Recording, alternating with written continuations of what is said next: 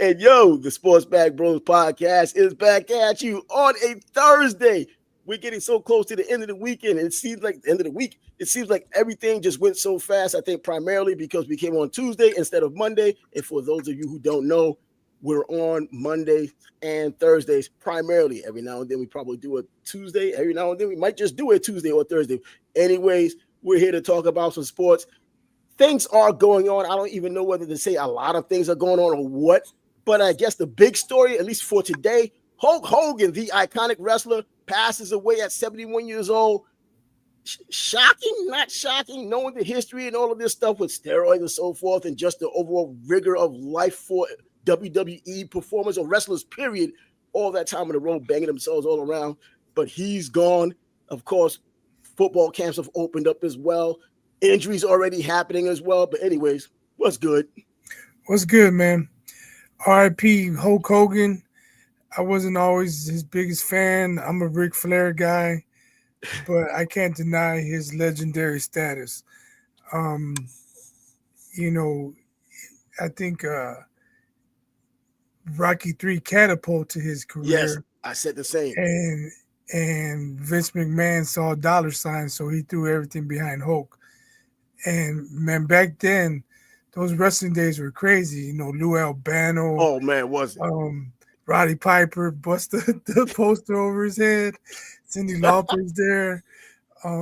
That's classic wrestling stuff right there. But yeah, again, he was a legend. I didn't hear what happened. Do you know what happened? They said cardiac arrest. So, oh, wow. And when it comes down to cardiac arrest or a heart attack, you start thinking about the past and how his testimony about the steroid use years ago, all that stuff that came up. And, everybody kind of knows he's been using it along with a whole bunch of WWE performers and wrestlers, period, in the era where everyone was a superhero instead of just a regular guy. And I noticed once all of that stuff started happening, you started having like regular guys winning titles, dudes that didn't have the bulging muscles, dudes who just lean and fit, but they weren't superhero looking. Yeah. They were allowed to start winning championships. Yeah, Hogan, I think even he would say like he wasn't the best wrestler around. Oh no, not even close technically. But he got the biggest push from the companies. And when he turned heel, he played it to the max. He played it really well. And I think he played his characters better than he was a wrestler. Exactly. I don't think there were too many people who argued about him being a wrestler. It's just that he embodied all of it. The leg drop, which isn't anything significant. That's the weakest finisher of all time, man. A leg drop. The leg drop, exactly. You have all these finesse dudes, figure four, leg lock, put you in the Boston Crab and the DDT, all these different finishing moves, and he comes with a freaking leg drop. But at reported 306 pounds or whatever, dropping the leg, I guess that does end it all. But yeah, it was Rocky III that pushed him out there. And I remember, wrestling is all pretty much fantasy in terms of storylines. The things that happen in wrestling are legitimate in a lot of ways. Dudes do get injured. And I think even Hulk Hogan mentioned that he lost an inch or two from surgeries, from all of these fusion surgeries and that from his career. And when you look at the overall scope of wrestling and seeing how often they're on the road and how often they're performing, slamming themselves all over the place, getting hit with chairs and everything else, all foreign. And it's gotten better now. But back then, they cut themselves on their forehead and they would bleed all over the place. It was crazy back then. But I remember when he fought Andre the Giant in WrestleMania 3 in Detroit. And he slams Andre the Giant. They said, no one's ever slammed Andre the Giant before. That wasn't even true. They never counted on YouTube. I saw him get slammed like 3-4 times by Andre. Yeah. Andre the Giant got slammed 3 or 4 times by Hulk Hogan back in like 81, 82. But the push with Rocky III is what pushed him out there. And Hulkamania is why we have WrestleMania still today. Pretty much. Well, it was kind of simultaneous, I think. With him. It started with him. Because he had that Hulkamania running wild. The first one at Madison Square Garden. Yeah. Piper in them. Yeah, when they had Mr. T. Yeah, Mr. T. And when he fought Boxing Bob Orton. Oh, when he fought, Cowboy Bob Orton. Cowboy Bob Orton. Bob Orton. Yeah, he fought Roddy Piper too, because I remember on the back of the New York Daily News the day after they had him with Roddy Piper doing the helicopter. He had him on doing the helicopter. Yeah, Mr. T had Roddy Piper doing the helicopter. He was in the tag team match Yeah, against with him. Hulk Hogan and him, and I think it Yeah. was Bob Orton and was it Paul Orndorff? Oh no, it was Bob Orton and Roddy Piper. Yeah, I don't remember exactly. Yeah, but he But came on the scene. Piper has one of my favorite quotes of all time, man. It's right up there with Apollo Creed. Just when you think you have all the answers, I change the question. he's a bad teacher. Everyone flunks the class. But Roddy Piper, when you mentioned about Roddy Piper doing craziness, when hadn't Roddy Piper done craziness? Remember he booked the coconut over Snooker's head in Piper's Yeah, I face. hated Piper for that, man. Snooker was my guy, man. Ooh, Snooker was Superfly was my guy. back then. Who could not? Because remember, he was heel once upon a time, and then he became a good guy. And I remember when he was had a cage match with Bob Backlund, and he jumps off the cage. I think Bob Backlund moved, and that's how he ended up winning. So I think it was Piper told the story that they wanted to get Hulk over, but people loved Snooker. So they had him do that to Snooker. And then if you remember, whenever Snooker did a promo or was being interviewed, he always said brother. Yeah, he did. They told Hogan to start using brother because that was working for Snooker. And then Hogan started using it. So it was done intentionally. Let's push Snooker aside to get Hogan over. How ironic is it that you even say that? We didn't have any type of production meeting before this started. You say what you're saying because this is what you're saying. Just last week, I just saw a whole mess of stories of how superstar Billy Graham was the reason why Hulk Hogan was saying brother, and how he was they was trying to make him like Hulk Hogan. They were trying to make Hulk Hogan like him, and they didn't want to give superstar Billy Graham any respect. In almost every way, they tried to claim that Hulk Hogan stole superstar Billy Graham's shtick. And when they started making the pretty much had the same hairdo, it seemed like he did. They pretty much had the same hairdo, same everything, handlebar mustache, the whole deal. And but superstar Billy Graham came first. In fact, superstar, that's the first time I've ever saw wrestling in my entire life was superstar Billy Graham. I was like, I believe 5 years old. And my father my mom threw a surprise party for my father. And at 12 o'clock, all the adults had, the kids had to leave and the adults stayed down and did their thing. And so we went up to one of my mother's friends' house. It was just my two brothers. I had my oldest brother and my younger brother. We went up there and we was at our mother's friend's house and he starts watching television and the harness racing was on first and then wrestling. I never seen wrestling before. I saw the ring and I thought it was a boxing match. And then when the dudes came in with no gloves on, I'm like, what's the deal? It was superstar Billy Graham in a handicap match. 2 dudes versus 1. And I'm like 5 years old, like, then he fights them. He's beating both of them down and throwing them out of the ring. And I'm waiting. I'm like, yo, the cops are going to come. This is how I'm thinking back then. The cops are going to come. He's beating these 2 dudes up and all that. And after it was all over, the other matches that came on, I'm like, man, what is this coming on again? And he was like, it should be back on next week. And from then on, I've been on top of it. And superstar Billy Graham was the guy. But then they had Bob Backlund beat him. And Bob Backlund didn't have the muscles, this and that, but he was much more like Ric Flair. He could wrestle. Yeah. See, I grew up in Chicagoland, so we got Dick the Bruiser every weekend. my dad took me to see him. Man, he must have been in his 60s. I don't know how old he was, but we were right there, maybe the third row. And when he's coming out, he's shaking hands with people. And I was maybe 7 years old. And this man, his hand, it was like a bear claw grabbing my little hand. And he shook it like a man. Like he was shaking a real man's hand. I was like, "Ow!" Your arm might have freaking joint. No mercy for the kids, man. He give you a good stern hard shake like a fucking grizzly bear. But that was the joint back then, man. And back then, it was the WWF. In fact, it was the WWWF back then, the Worldwide Wrestling Federation. And Vince McMahon took over from his father and kind of took it from there. But it was Hulk Hogan who really pushed that whole envelope, and they put all of everything behind him off of the Rocky 3 movie, and it worked. Because you still have WrestleMania till this day. It seems like it's going to be infinite, as long as there's wrestling around. Even if McMahon is not even around with all the nonsense he was dealing with the past couple of years. They're almost getting like the NFL, man, where they have programming almost every night of the week. Yeah. They have Saturday night's main event, Friday night SmackDown, Monday Night Raw. Exactly. It's kind of like saturated.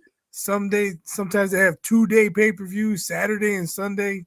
I mean, people go crazy for it, man. But I don't think Hulkamania would have taken off to the extent it did if he didn't have the perfect foil in Piper. You know what? Piper was the perfect foil, but then he and Randy Macho Man Savage had that team. You know, they were friendship, and then I don't know. He hit Elizabeth on the butt one time by accident. You know, while he was patting. Macho Man was ready to fight. Yeah, exactly, and that's how their little rivalry kind of went together. I can remember they kept on showing it in slow motion and how he was patting him because I think he had like Elizabeth on his shoulder or something. He was just patting Piper on the back. I mean, not Piper, but Hogan. pat him on the back and he hit her in the butt, and Macho hit her in the butt, and they try to just play it up. But anyways, yeah, Hulk Hogan gone, man. But I've always said he wasn't the most technical guy, but his flamboyance, I think, more than anything, the 24-inch arms, you know, call everybody brother, and then even the 24-inch pythons, you know, and you know the nonsense when he made the racial remarks. And I remember seeing a meme with all the wrestlers there. He's like, "But wait here, nigga, I mean brothers." And it was just crazy, man. But God, yeah, he was great. He was great on the mic. Oh, was he? Yeah, he was larger than life on TV, man. Yeah, he was. And we just grew up in that era when it's a lot bigger then than it is now. I mean, I know there's more people who like it, but even watching some wrestling, because I don't watch it enough, or I don't watch it pretty much at all anymore. But the times I see, you can see the crowd reactions aren't what they were back then.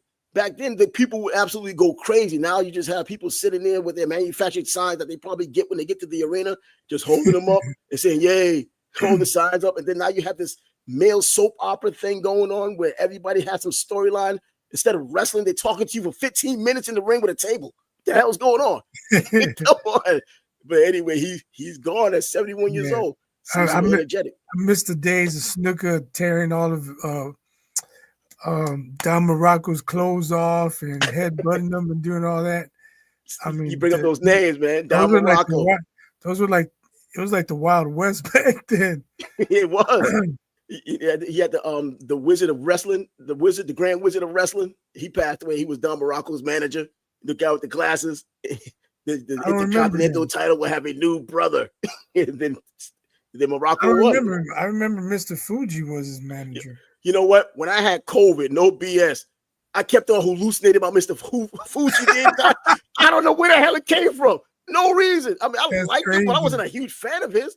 But I over and over just kept Mr. Fuji for like 4 days. It was like a loop. What the hell's going on here? Holy crap, man. Mr. Fuji was just there. But man, just going back in those days of wrestling, Mr. Fuji, Mr. Saito, Tito Santana, Arriba with the Intercontinental title. Yeah. Man, shoot. And I remember Greg the Hammer Valentine had put him in the figure 4 leg lock, and they showed his knee surgery, or at least supposedly his knee surgery on television. You know, they showed the scalpel going out. Like, bro, you're going a little too far. I missed that. Yeah, you're going a little too far with this thing here. But yeah, I just don't think wrestling is the same today as it was back then. Who was it? I think was it Stone Cold or Goldberg? They were at the Super Bowl here in Jacksonville, and I can't remember what. It probably could have been Goldberg because he's the one who went to the University of Georgia. But anyway, he was at the Super Bowl here in Jacksonville. They came to our table. We interviewed them, and I remember saying something slick at him. He said, "You say something like that again, I'm gonna throw you through that window." He told me that. And I said, "Man," and I said, "They just could have had the same feeling, like, bro, you gonna have to do it twice because that window is 2-ply." He gave me that stupid look like, "No, you gotta count it down." But what the hell was gonna happen? Really? I wasn't gonna go through the window. I'd have just got smashed against the window. You don't remember what you told him? I can't, man. We was already in the midst of a conversation. I think I said some little slick crap, man, about. I think he might have been talking. We were talking about the Super Bowl, but we were also talking about other things because people promote some things while they're there. And I think I can't remember what the hell I said on it, man. But he was like, "Hey, you say something like that again, I'm gonna throw you through that window." I was like, "You didn't have to do it twice. It's 2-ply, man." They're like, "Holy crap, man! The dude's huge. I had no chance. It didn't matter." Yeah, no kidding. Anyways, Goldberg's a monster. Yeah, man. He was huge. Even with his tight shirt on, the dude's, come on, imposing. But anyways, that'll be that. Yeah, R.I.P. Hulk Hogan. Rip Hulk Hogan, man. An icon, love him or hate him. I know I heard a lot of people hate him. Hated him, but anyway, he's gone now, so you don't have to hate him anymore. So now we get a chance to I could separate the character from the man. Well, you I can. would You're get, I would rational. get, I would get so tired of him. He's losing. They start doing this. Yes. And I was like, oh, here we go. And They then put he him in a went with sleeper that hold. sorry ass leg drop all the time. I was like, man, he got his ass whooped for 8 minutes. He does 2 moves and wins. Come on, get out of here. Well, you know, it's like I thought they could have been much better, but whatever. a lot like Andre the Giant, man. That dude stopped doing anything as he got older. He just gave you that boot to the face, and you had to come to him. He didn't come to you. Yeah, So, headbutts, a couple chops. headbutts, and that's about it, man. But you know, I remember Hulk Hogan when he beat the Iron Sheik. That's how he won the title. And remember, the reason why it was such a big deal back then, and aside from just being a Rocky character that kind of blew up, was that the hostages weren't too long removed from getting, you know, from being released, the 52 hostages from Iran and whatnot. So it tied in well. And of course, we talked about Iron Sheik last year when he passed away. Yeah. And we had to talk to the show about that dude was the biggest heel of all time. So yeah, that played well perfectly. LeBron to the balls. They had Iron Sheik beat Backlund, I believe. So he was hated. Yeah, Iron Sheik beat Backlund. I remember he beat Backlund. Yeah. I was shocked that he beat Backlund because I never heard of him. I know after you got used to Bob Backlund being the champ after he beat superstar Billy Graham, I didn't think that anyone was going to beat him again. And the next thing you know, he lost to the Iron Sheik. And I was like, holy crap. Not only did he lose to the Iron Sheik is Iranian. At least played the role of Iranian. Come on. That's true. I mentioned that earlier. The NWO. And I never really watched the NWO. He played it to the max, man. He played his characters very well. The 5 o'clock shadow he came in there with. He got the little 5 o'clock shadow thing going to go with the handlebar mustache still pushing. But man, yeah, iconic, man. And you're probably gonna hear a lot about it. But look at what's going on with all of these people passing just in the past this week alone. Between Malcolm Jamal Warner, then you got Ozzy Osbourne, now you got Hulk Hogan. Man, I hate to see Saturday come. Shoot, we're in Thursday right now. You know, hold on, everybody just stay asleep and then wake up. Shoot, don't do it too hard. But damn, well, that's what it is right now, and I'm sure people will continue to talk about it for quite some time because you know he's done a lot of things. You know, so what football's going on right now? I know we don't talk about preseason football, but there's been news. Justin freaking Fields, your guy. I have a nugget for you when you're ready, but go ahead. Your guy, Justin Fields, dislocates his freaking toe. And now he's out indefinitely. How did it happen? I don't know. I mean, during training camp, I don't know exactly what happened. And then you get Matos, the offensive lineman for the Miami Dolphins, was airlifted from practice after the injury. And it's still not disclosed what happened. Oh, that's wild. That's serious, man.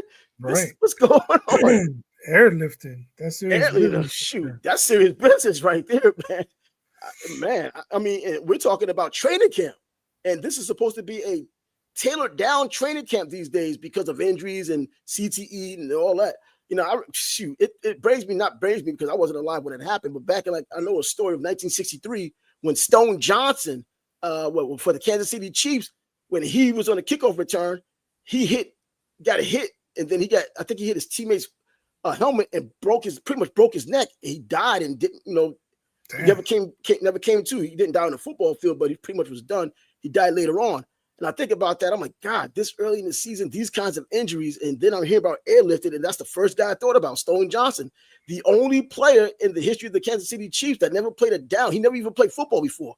He was American. He was an Olympic athlete. In fact, he ran in the same Olympics Muhammad Ali fought in back in 1960 in Rome. And he was just blazing fast. And it was like, get the fast guy in football. So he was going to be a running back and kickoff returner. And his jersey's retired. Never played it down in football. And his jersey's retired for the Kansas City Chiefs, number 33, I believe. Craziness. But that's the first dude I thought about when I hear about an airlifted from a freaking practice. See, it's crazy. I never even heard of him. I didn't even know that happened. Who, Matos? Stone Johnson? Yeah, he's from Grambling.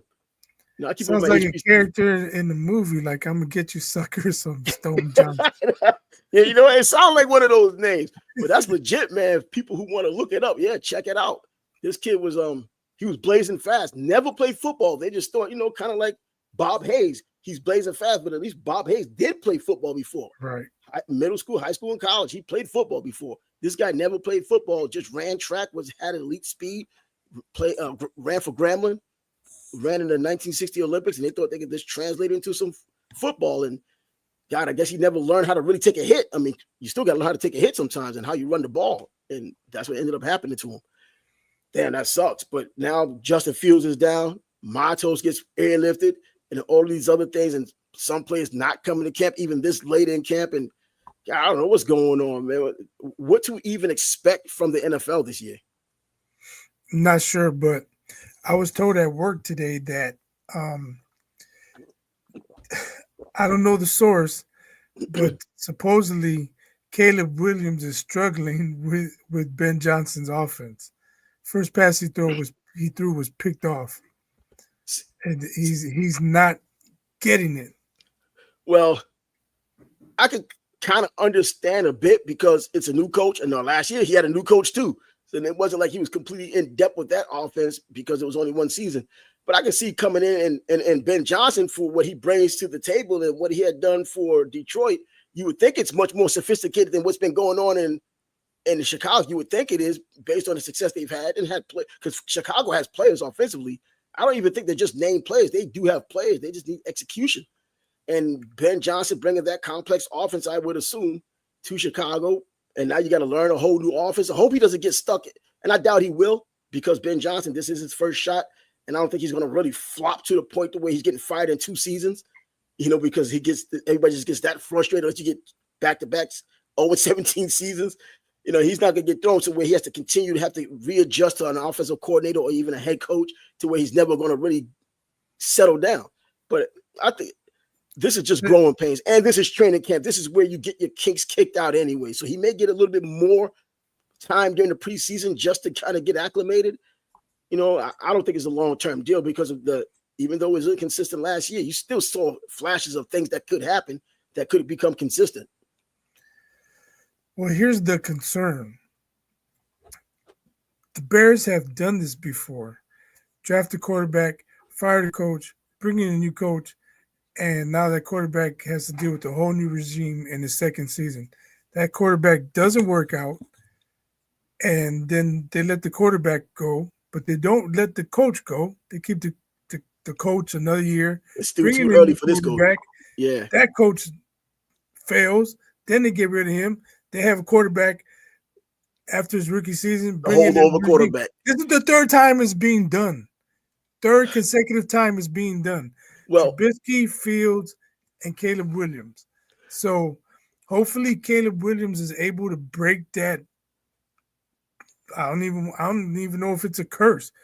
Break that negative streak, but something's got to give. And my thing is, a lot of Bears fans, I said this the other day. They're saying we drafted this guy, we got a tight end, we drafted this guy, we got a new coach, we've got linemen, we brought in these people.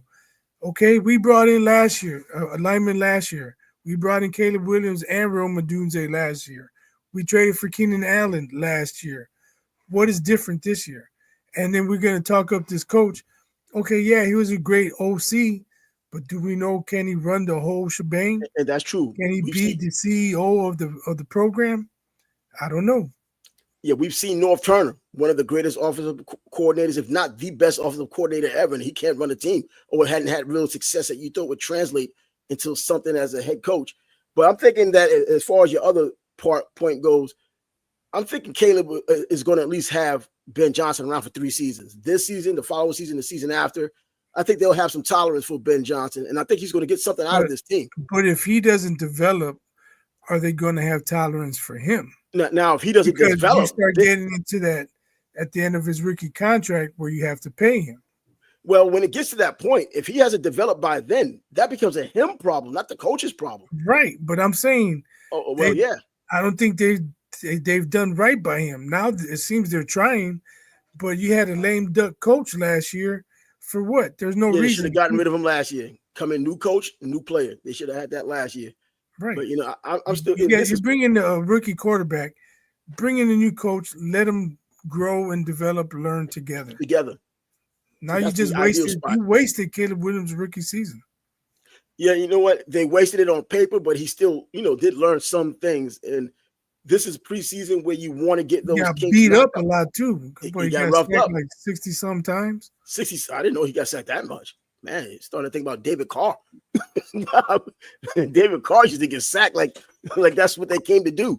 His offensive line was like, yo, we just have welcome mats.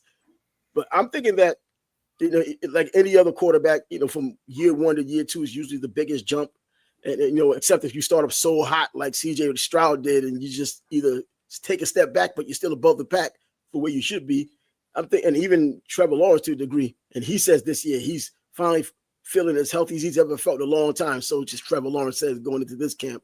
But I'm kind of looking forward to seeing what Caleb Williams does, and even from the outside, only because you see them adding players still, and they still, Keenan Allen's not there anymore, but they're still adding players, and they're doing everything they can to help them. And now with the new coach, I'm thinking it's gonna be something. And there are teams out there who don't do well in the preseason, and then they do something during the regular season, and you have those teams who do excellent in the preseason, like that 4-0 or 5-0 Detroit Lions team that ended up going 0-16. So we have those types of things in the NFL. This is just the first week of camp. You have teams that never played their starters either, or maybe one series in the final preseason game. And with this new format, it's more conducive to doing exactly that again. And especially with the number of contracts that are going up, the way these contracts are, you don't want to risk any of these players. So I see how that would be. But you get to check out your depth, though.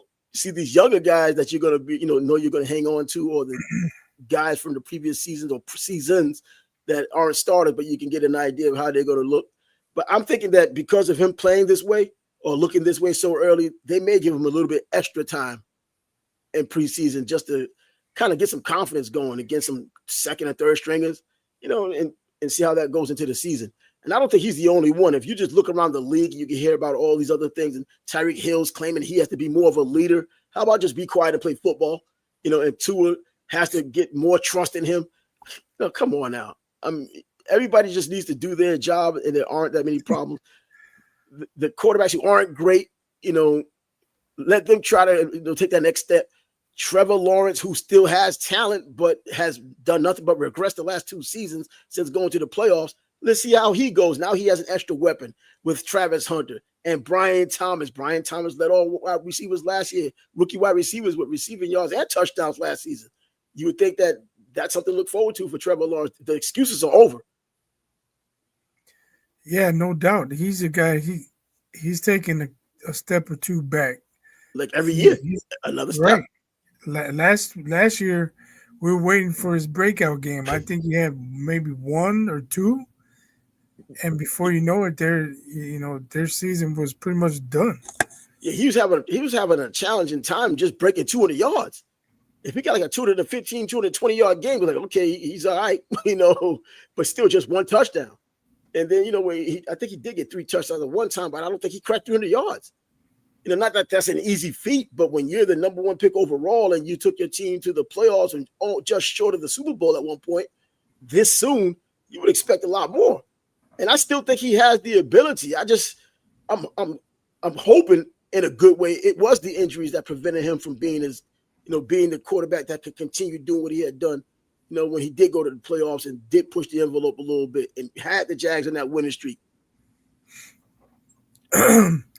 I don't know. It remains to be seen. Like, I'm sure for you, Jaguars fans, it's hard to be excited. I mean, like for me, the Bears, there's things that you could point to give you some excitement, but I've seen this movie before, so unless they change the ending, you gotta show me before I'm all in.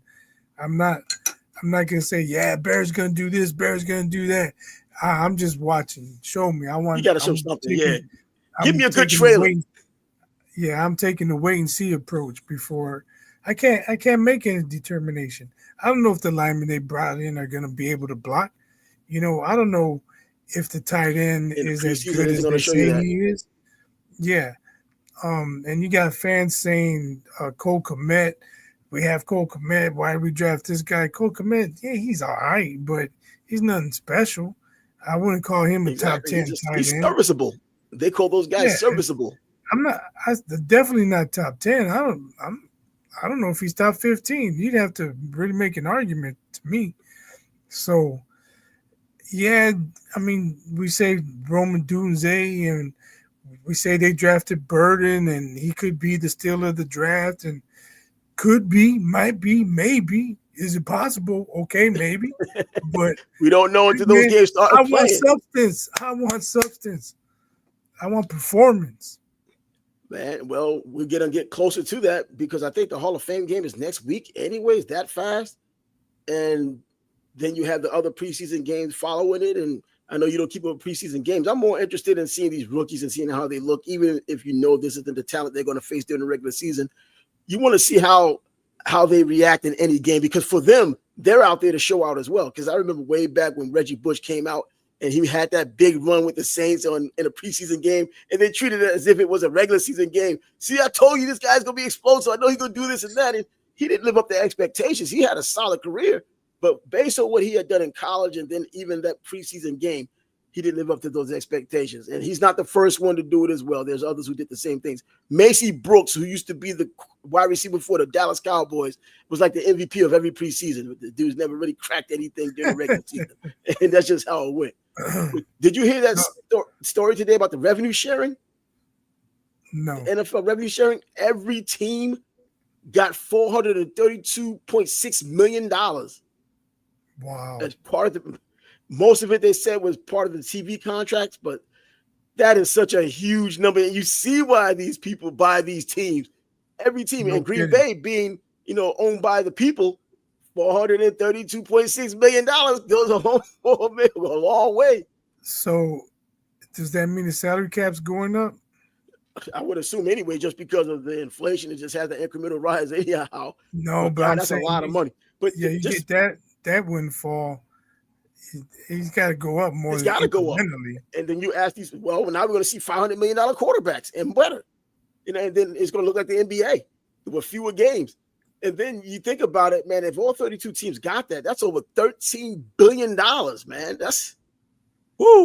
Man. That's why the billionaires still buy these teams, because there's still something to be had. So we got a question. I think you know who that is. Yeah, prime LeBron James and prime Dr. J. Let's take him to the Rucker, and we'll see. Exactly. What's what. Has LeBron even gone to the Rucker? J all day. What? Has LeBron even gone to the Rucker before? MJ never went to the Rucker contest. You think he's going to the Rucker? Yeah, right. I mean, normally, people pay homage to some of these places like the Rucker. I mean, some of the greatest players. Only MJ hadn't gone in. I still hear clowns saying MJ ain't a complete great until he comes to the Rucker. Man, stop playing games, man. You don't need to come in. Because Kobe went there. Shaq's been there, obviously. All these great players over the years. But was the Rucker really a thing like in the late 80s and the 90s? Oh, no. From the 60s on, the Rucker's been like... Yeah, but I'm saying, did it maintain that level and status? Well, you know what? Based on Kobe going in and Durant coming in. Kobe's after Jordan. These guys are after Jordan. But, Dr. J is from there. You know what I mean? And not from Harlem, but he's from New York. So, and that several video of him at the Rucker. In fact, I used that as one of my intros on the basketball show years ago. And, and a lot of people treat it that way. But, and I think a lot of the players who are playing today, they stop by there to pay their respects, but they are still saying nonsense that MJ is not a true great until he shows up. I know that's just talk, man, but keep it to yourself, but there has been so many other greats. Like I said, Shaq's been there, Kobe's been there, AI's been there, Doc J been there, and other players have gone there, and even West 4th Street, when I think Julius Randle and a couple of Knicks lost, bro, they lost. How the hell you lose out there? Craziness, man. I think it was a 3-on-3, wherever the hell it might have been. Insane, man. Should have left there with a mask on, man. I'm saying it's Julius Randle. I mean, I can see that. But come on, man. You're the NBA. You get these guys now thinking they belong in the NBA. And they always believe it anyway. Is Randle top 25? Well, right now in the NBA now? Yeah. Yeah, I think he's a top 25 player. What, 25? Probably 25. No, Julius Randle, I think he's a top 20 player. in the NBA right now. And based on when he needs to step up and with Minnesota, and based on especially what he had done with that renaissance of the seasons that he's had with New York, the Lakers didn't use him well. They didn't use him at all. So he got I think he didn't get the comeback player of the year award or something. So yeah, man, I think he's a top 20, 25 player. 25 definitely. I just don't think that's big news. Now, if Ant went and got cooked, John Morant went and got cooked, if KD went and got cooked, that's news. Yeah, that's true. That's true. But that's not the Rocket. That was down at West 4th Street. But in any event, man, I'm like, still NBA players, come on, man. Yeah, NBA, because when you look at these NBA players, you automatically assume, man, these are among the best to ever play this game on this planet. It's even though there's been so many NBA. But there's some ballers out there on the street. There's hellified ballers, and I understand also they're coming for your ass, and you come and that's true. On the court. And I do also understand that the rules do change on the street, even if you have a league like the Rucker or down West 4th Street or even out there in Coney Island, the rules do change, and they aren't professional refs. Everybody's calling their own fouls, or dudes from the stands are calling the fouls, and that's how it goes. I'm like, if you're a pro and you're going to do that, you got to squad up. You got to go with a squad. You can't take that chance, team up with 3-4 random dudes and get cooked. Well, I wonder if there's even video about that, because I know when the And One mixtape was doing what it was doing, it was hot like it was, and then you saw that video talking about these players that how come this guy's not in the NBA, and they was kind of letting you know that those guys are good, man, but a lot of what they're doing is like breaking the rules. They do a lot of traveling, they do a lot of carrying, all that other stuff that the refs would call if they were in the NBA. And then you had these guys who have nothing to lose, even though they're getting a little something, but nothing compared to what NBA guys are getting. They're calling out NBA guys. Yeah, we need to make it happen because we can do this and we can do that. The NBA guys have something to lose, whether they're going to get injured or whether they're going to get embarrassed to make the league look bad. But I do think the NBA guys get the nod. First of all, like I can't remember which player said. He said these dudes, they play their N1 mixtape. They play around the block. They do it when they want to do it. He says, man, we got to play basketball even when we don't want to play basketball. So every night these guys are out there for those 82 games. If you do make 82 games, John Stockton, for instance, who guaranteed 82 games every time he played, there was a handful of the games out of those 82. He just didn't want to be out there. But it's your job. You got to be out there. You can't be you can't drink and all that other nonsense. You mentioned John Stockton. Well, first of all, put him on his 24-second shot clock. You gonna dribble the ball for 12 seconds and then try and make a move? That ain't happening. Then you try and work somebody like John Stockton, he's gonna be all up on you. He's gonna put that forearm. Oh yeah, he is, no doubt. You ain't dribbling through his legs. You ain't going, doing the hezzies on Stockton. Gonna be in your ass. That'd be the wrong guy to take out there. I'm just saying from the standpoint of people who play the game and don't take days off. He was like the Iron Man of basketball. And for so many years. And so when you had John Stockton playing, he's playing 82 games, but out of those 82 games that you see him, looks like he's giving his all, and all 82, there were a handful of those games where he probably didn't want to be there. Damn, I don't feel like playing today, but this is my job. I got to play. Now, that's a pretty good list. I don't know about Cat. I don't know about Cat, though. Cat having SGA in front of Joker only because he's the reigning MVP or what? Say again? Do you put SGA? I'm assuming this is in order. So, well, at least the first two. So you put SGA in front of Joker right now because he's the reigning MVP, or is Joker still better because there was an argument to be made that he could have won it this year, even more so than last year. I'm gonna take SGA. All right, you can't lose with either guy. Yeah, well, apparently you can't because Joker didn't make it. Jokic had the best season of his career, but the Nuggets didn't have their best exactly. So, and the Thunder did. So I'm rolling with SGA. But yeah, the only one I really take issue with is Cat. He's a Dow Joneser, man. He's up and down. Bro, Cat, get him out of here. After what happened, get him out of here. He shows up sometimes, and sometimes you can't see him.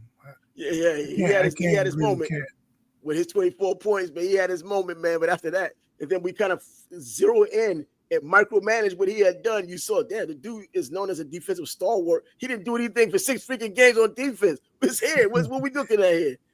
And then oh, I missed it. No, that's Anthony Edwards, not Anthony Davis. Edwards. Yeah, Anthony Edwards is up Never there. mind. I thought it was Davis. Anthony Davis is too. If he was an injury prone, he would list. Yeah. Pasty gangster. Yeah, Stockton was legit. There's nothing you can really say bad about the dude. He didn't say much. He played hard as hell, and he gave everything he had while he was playing. I mean, in those 82 games, he played every freaking season like freaking Cal Ripken in basketball. Shit, that's how it was. Let me see. Come on, man. Flopper in chief. You know who the real flopper of the league is. That's LBJ. Come on, man. I forgot what we were even talking about. You're talking about and one and whatnot, the Rucker. Oh, yeah, we're talking about the and one and the Rucker. Yeah, we went up there. I mean, shoot, I'm from up there, but I know a couple of years ago we went up there for one day. We flew out of Jacksonville on Saturday. We went over to Coney Island, the Steph Marbury and Sebastian Telfair spot in Coney Island. We went from there. We went down to West 4th Street, then we went up to the Rucker. So we was just traveling on New York for a good 24-hour stretch and got the heck back down to Jacksonville. But yeah, man, it was something because you got to watch the little kids out there at the Rucker. It was at a good time when the little kids were out there just when school was ending down here, but it was still going on up there. Deputy Flopper in Chief. Come on, man. Infection point. Infection point. Basketball. You know, I just got to get it off my chest. You know, we've talked about how Angel Reese has been playing better. Yeah. I saw something where she's got her 10th double-double in a row. And, you know, I'm on record long before Angel even went to the WNBA. The double-double is the most overrated stat in the world. Is. But, okay, the counter to that is she's done it twice, 10 times in a row. No one else has ever done it in the WNBA. Okay, so I tip my hat to that. That is true. Mm-hmm. But when you look at her numbers, 11 points, 11 rebounds, and the team lost by 20. Forcing these stats. Is it? Should we really be talking about her getting the double-double? Nope. She lost by 20. Her impact was 0. Exactly. I mean, any player, you know, unless it was like a really close game and a really exciting game and it had some high points, like back when Michael Jordan played against the Celtics, he scored 63. No one's gonna say you scored 63, but too bad, just a bad game. Nah, we saw that he scored 63 against that team. That was a great team he played against. Got it. And it went into overtime. Yeah, triple overtime. Yeah, with the triple overtime. And I remember that crap. I was like, damn. I mean, we already knew that he was good, but that is what really set it off. I think about him, you know, doing what he's doing and moving forward. If James Harden is working on his defense, that means he's working on how he's fouling people. Oh, for real, bro. Defense. Because he ain't gonna move his feet. Yeah, that's what he does. He does the Olay, kind of like what he's not moving his feet. He gets 6 fouls per game. He's gonna work on getting 5. Man, James Harden playing defense is like a Bigfoot sighting. For real, unbelievable. I know someone talked about, man, you need to look a little bit more at what he does because he actually has a high defensive efficiency. And I'm like, bro, I don't even go into the micro stats to make any sense of this crap. You can pretty much go by what you see and see that he's a turnstile and doesn't give any effort at all. A lot of times, maybe sometimes you can catch a video of him doing something that actually looks defensive, but most times he's offensive, not offensive. He's offensive. Watching playing defense. And what are the Clippers doing, man? They're signing all of the has-been superstars. Yeah, right. I thought Bradley Beal, though. I thought Dunleavy was questionable in Golden State. Who's the GM in LA for the Clippers? I don't know. He's trying to turn back the clock. He thinks it's 2012 or something. I don't know. I mean, I think these teams I don't know if they're still trying to use that big 3 blueprint. I don't think so, because I don't think there's really any big 3s anyway. You get these guys, mix match them, and older players, and you call them a big 3 because their names used to matter more than they matter now. And they go in the court and just you have the same old, same old. Nothing special. This freaking Yeah, Scott. I don't know what the Clippers are doing, man. They're gonna have people getting wheeled off the court, have For oxygen real. tanks on the bench. Old dudes, injured dudes. I just who's gotten better this off season between the East and the West? I think the East probably made more moves, but really, That's another one. The Horford going to Golden Warriors State, need a another big man. shooter. Let's get old man Horford over here. He can spread the floor a little bit, but they need guys who can rebound and play some defense. If the Clippers stay healthy, that's the big if. Considering the injuries they've been having. I mean, players have been having, not even just their team. I don't know. You're talking about Kawhi staying healthy. Yeah, good luck. Chris Paul staying healthy. Talking about Harden playing defense. I mean, is Chris Paul back with the Clippers? Yeah, that's when they said LA, I was thinking, how come I automatically? No, he went to the Clippers. He went back to the Clippers. Holy crap! I know it said LA, but I was thinking, I was like, I just automatically assumed the Lakers. What they going to do with the Lakers? And it's the Clippers. What are we going to do with the Clippers? Same story. Yeah, holy but crap. That's a good question. Horford to Golden State, and I mean, he could probably be a decent sixth man or seventh man coming off the bench, but they need an impact player, big man, man. They need a guy who can get at least 10 boards a game, maybe 8 to 12 points a game, block a couple shots. Al Horford's not going to do that. Nah. Not at this stage in his career. Not this stage, about to say, man. The last Gator from the championship years in the NBA. Now, hell, he got his rings, man. Just call it a career. But he's still effective enough to still continue for about a couple of, few years and still be effective. Maybe he could become a late year big shot Bob. We don't hell, he got a nice little 3-point shoot his shot when he has his chance, or when he's a bit streaky at this point in his career. And that's what you need to be. I guess if you put your team in a position, or they put you in a position to just win it with that three, like Horry used to do. Robert Horry. Robert Horry. Yeah, right? Robert Horry. Anyways. Yeah. I don't know. Man. I think that's a stretch for the Clippers to be top five. Yeah, that's what I'm saying. In the West, though, is the West really I don't even know what to say about the East, because the Celtics now aren't the number one team there. And now you don't know what the hell to think with Indiana. I think they might have just bottomed out just by, Yeah, Halliburton's he's out. He's going to be out for the season. So yeah, it opens it up for your Knicks. Yeah, but are they ready? Depends on how the Knicks come at it, man. God, every year the same enthusiasm, especially when they got something going on, and you hear the rhetoric after, we're really going to get it next year. You were really supposed to get it this year, and it was there for you. Man, I thought that damn Indiana. I think Indiana was a better team, though. I think in the beginning, I thought the Knicks had the better team. I was like, yeah, I like this matchup. I hate it now. The hell out of here. I hate that matchup. So what more can they do? What did they talk about? They were going to get rid of Cat anyways, or they were trying to move him? Maybe something happens. I mean, come on. Good luck. What more can they add to this team that's available that's going to really move the needle from what it was last season? John Starks. You still have his jersey? Who, John Starks? Yeah. Bro, I ain't having a jersey. Shoot, I moved to the jersey for that one. John Starks, when he had done 04-11. I remember watching that, man. First of all, that whole series was just a mess because OJ ends up getting chased, and they put us on the small screen and had them in the bigger picture. They had the Knicks game in the that was bogus, man. I was mad. I was like, man, it ain't news till they catch them. I mean, why do I want to see the whole slow chase? Why do I want to see the Bronco going down the highway? And all these people just running out there and putting up signs, and they put the freaking NBA Finals in the bottom right corner of picture in picture.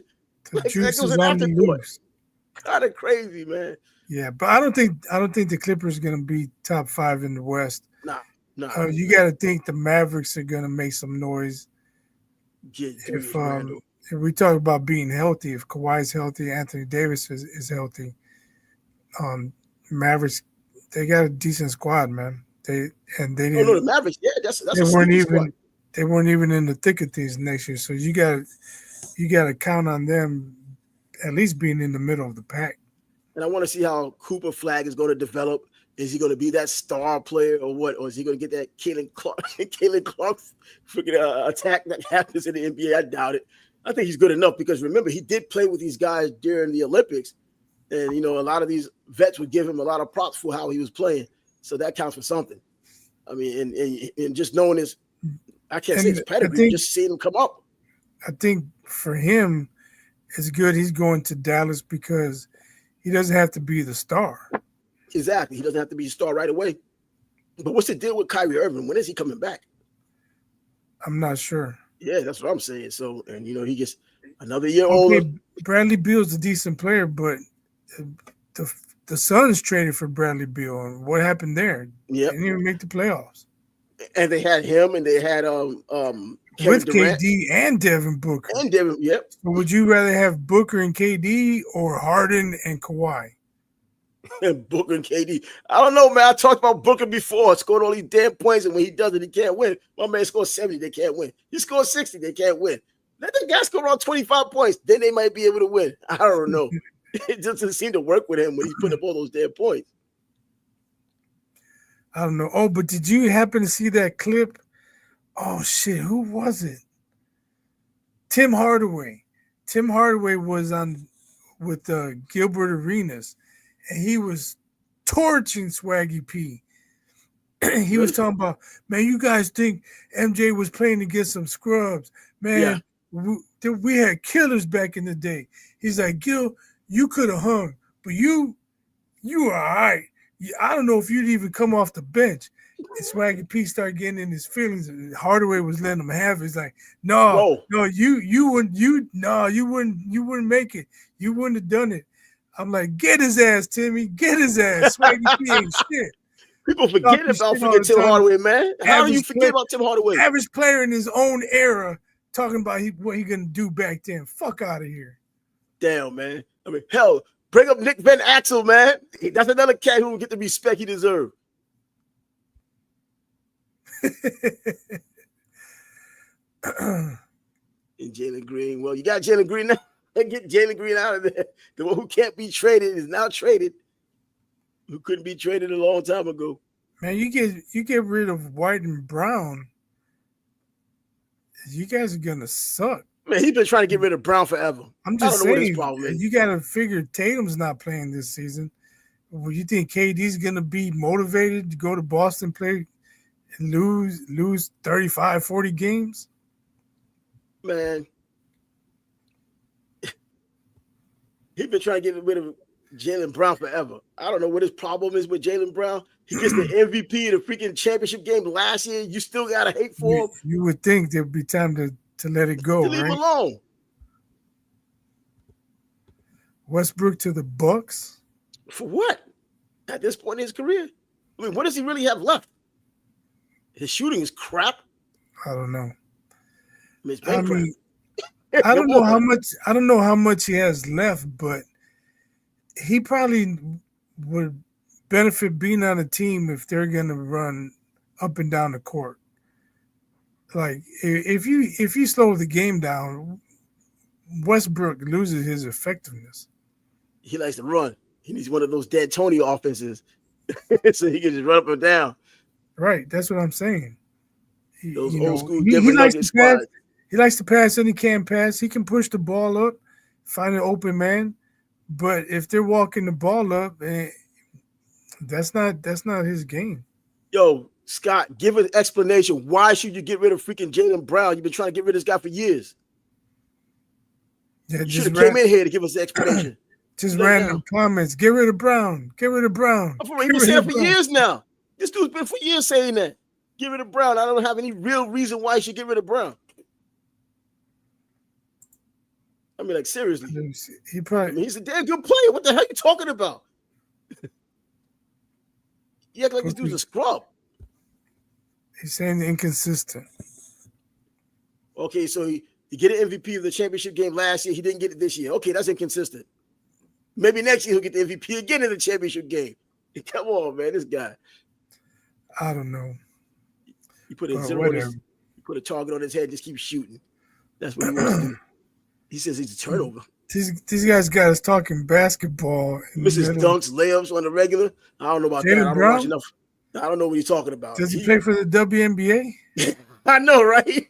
I just watched the whole documentary on freaking Dennis Rodman, and there's just some instances where he's like, it looked like Agent Reese, get those rebounds, put them back, rebounds, put them back. Yeah, but he was legitimately fighting for rebounds, though. He wasn't doing it himself. Dudes was coming after him. They talked about him having with 34 rebounds. I was like a potential 68 points minimum off those rebounds. I mean, but well, no, some of them were had to be defensive rebounds. No, some of them were defensive rebound. I'm just saying, just go with the extreme. I think he had I forgot how many offensive rebounds he had. He had a lot of offensive rebounds, but 34 still is sick. People hadn't seen that since Wilt way back. We say Nixon, Brown, Boston home. Boston home. Of course, that's right. And stay out. And Scott said they should have traded him after the finals while he was still on top. Could have gotten Donovan Mitchell. Now, if the Celtics had gotten Donovan Mitchell, man, they probably would have won the championship this year. Now, based on what Donovan Mitchell did for Cleveland and everybody else getting hurt in that damn team, I don't know. That was a mash unit. Nixon, Jaylen Brown. I don't know. Next time, maybe you guys need to join us on the show. We can just discuss it. No, make Scott come on and explain why he doesn't like Jaylen Brown instead of put these tidbits out there, leave you wanting more. Come out here and plead your case and get rid of the guy if he's legit. People tuning in see NFL camps Hulk Hogan and hear us talking basketball. We have to change that title, man. I know, right? The NBA, where the hell that come from? We thought we put a lid on that joint at the beginning of July, and it's still going.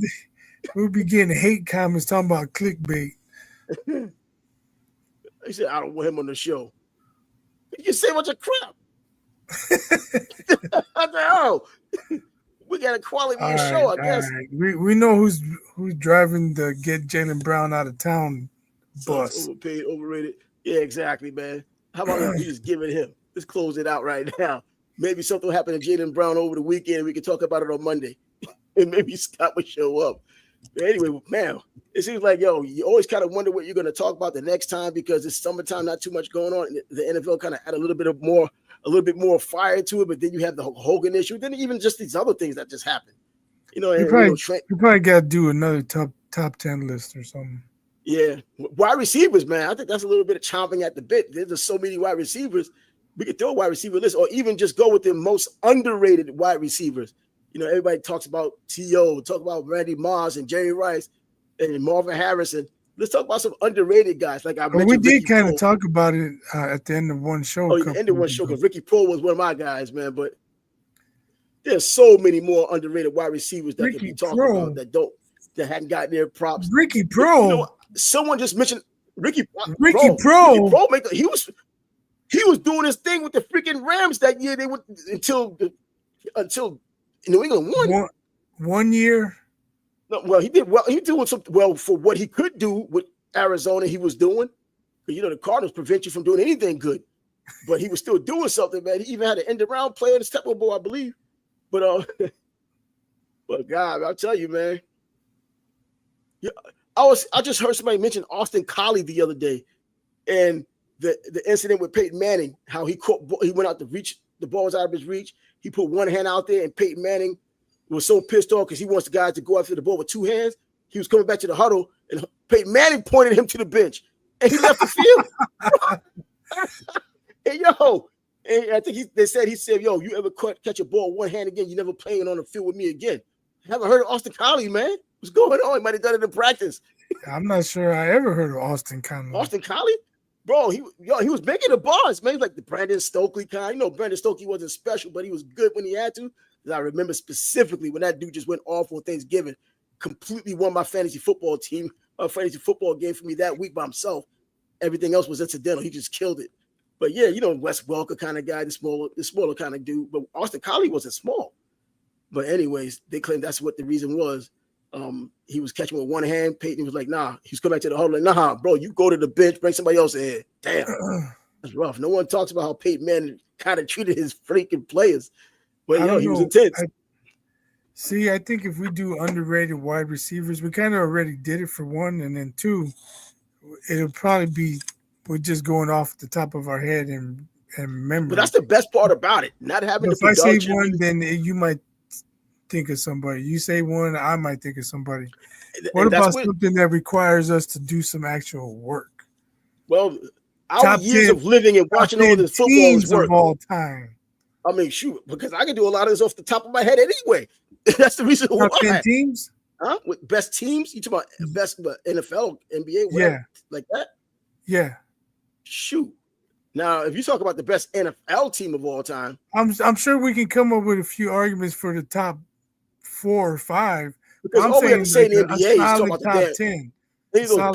any of those Bulls team in basketball, you know, the record-setting Bulls team is going to be the team. I mean, there's just no other way around it. You can talk about that nonsense that happened at Golden State, but they didn't win a championship. And so even if they would have won a championship, the basketball is so different, I still would take those Bulls teams over them. Even if they would have won the championship that year with breaking the record. Well, seriously, just on defense alone. That's a different conversation, but yeah. But I would still take that Bulls team, though. You have to put parameters on it, though. Yeah, exactly. So that's the reason why. Are you playing with hand check rules where drawing blood isn't necessarily a flagrant foul? I know, right? That's what it is now. Watching that Dennis Rodman video and watching how MJ was getting it. I mean, he was just getting it from a freaking bad boy Detroit Pistons. He was getting it. And he was getting up pissed off. Sometimes he stayed down. Bro, it was just like that. But he went to the weight room, got heavier, got more dangerous, and got his championships. And that was that. So he's saying the Cowboys have no running back. That's true. Know, we're over an hour. The Cowboys don't have a running back. Anyway, yeah, do they have a quarterback? Do they have a quarterback? He buys our tribe and sports back. Do the Cowboys have a quarterback? No quarterback either. So Dak Johnson's not good enough. That's what he is. He's not a quarterback. Just call him Dak Johnson. Anything. He's not doing it. But he buys our tribe and sports back bros podcast. We'll come back at you on Monday. I'm sure we could guarantee something happen over the weekend that's going to give us something to talk about on Monday. But until then, deuces. Adios.